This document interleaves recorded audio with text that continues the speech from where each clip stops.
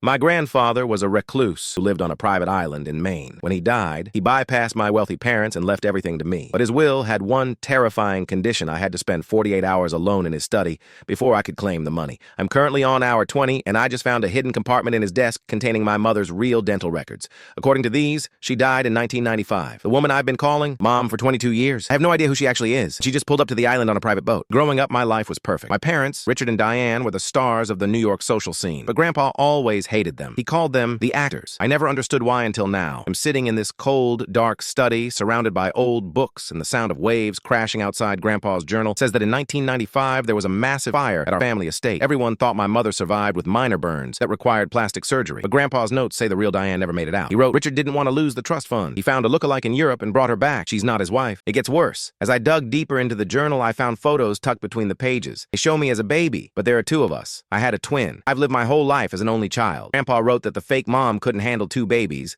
so they disposed of the other one. My heart stopped. Just then, the power in the house went out. Backup generator kicked in, but only for the security cameras. I looked at the monitor. My parents aren't coming to hug me. They're carrying gasoline cans and a crowbar. They don't want the inheritance. They want to finish what they started in 1995. I realized the 48-hour rule wasn't a test for me. It was a trap set by Grandpa to lure them here. I found a remote control labeled The Final Act. I pressed it. Wall in the study slid open, revealing a high-tech surveillance room. It was recording everything I watched on the screen as my dad whispered to the woman, "Burn the island, the journal, and the boy go away. Tell the police it was a tragic accident." It's like before I grabbed Grandpa's old hunting rifle and a satellite phone. I tried to call the Coast Guard, but the line was cut, and the smell of smoke started drifting under the door. I managed to get to the attic and out onto the roof. As the house started to glow with flames, I saw a small motorboat approaching from the other side of the island. The woman was driving it. She looked exactly like my mom, but older with a massive scar across her face. She looked up at me and yelled, "Leo, jump. I've been waiting 20 years for this." It was her, the real Diane. She didn't die in the fire. She was exiled and left for dead by my father. She had been working with Grandpa in secret to wait for this exact moment. We're on our way to the mainland now. I have the journal, the recordings, and the real woman who gave me life. My father and his accomplice are still on that burning island. Should I hand the tapes to the FBI, or should I let the fire handle the justice? Comment. Justice. You want to see the footage of the confrontation.